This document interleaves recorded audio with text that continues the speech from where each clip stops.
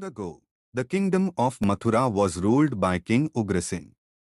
His son, Kansa, was the crown prince of the kingdom. Though powerful and fearless, Kansa was known throughout the land for his cruelty and ruthless nature. The people of Mathura lived in fear of him. Yet there was one person he deeply cared for, his beloved sister, Devki. When Devki was married to the noble Vasudev, the entire kingdom celebrated with great joy. After the wedding ceremonies, Kansa himself took the reins of the royal chariot to escort his sister to her new home. As the chariot rolled through the streets, dark clouds suddenly gathered overhead. The winds grew fierce, and a mysterious voice echoed from the heavens. Kansa, why do you rejoice? The eighth son born to Devki will one day bring about your destruction.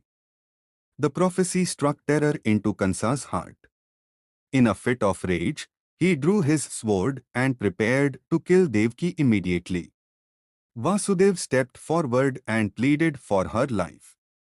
He promised that every child born to them would be handed over to Kansa. After much persuasion, Kansa agreed, but only on one condition: both Devki and Vasudev would remain imprisoned under his watch. Years passed within the cold walls of the dungeon.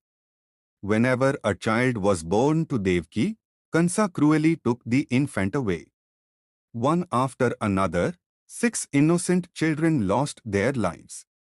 When Devki conceived her 7th child, a divine miracle occurred.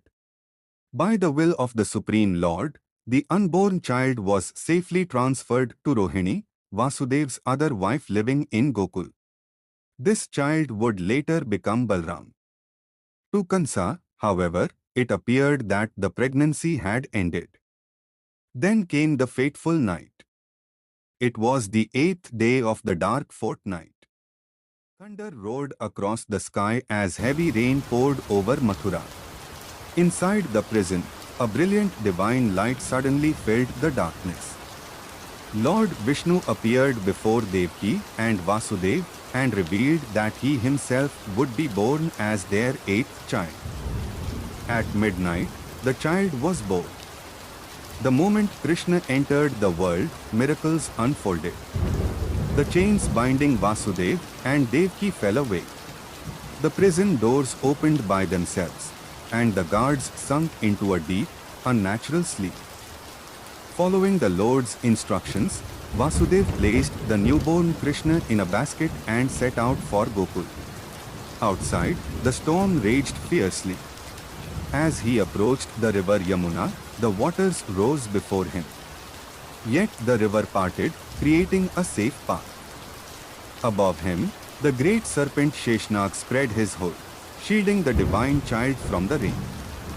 At last, Vasudev reached the home of Nanda and Yashoda in Gokul. That very night, Yashoda had given birth to a baby girl.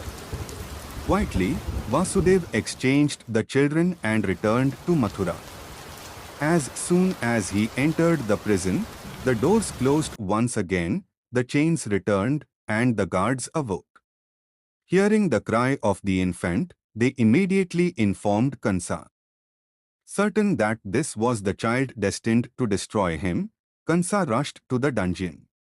Ignoring the desperate pleas of Devki and Vasudev, he seized the baby girl. But before he could harm her, she slipped from his grasp and rose into the sky. Before the astonished king stood goddess Durga in her divine form. "O Kansa," she declared, "the one destined to end your tyranny has already been born. He is safe in Gokul. The day will come when he will stand before you." With those words, the goddess vanished. Fear entered Kansa's heart for the first time. Though he still sat upon the throne of Mathura, he could no longer escape the prophecy that haunted him.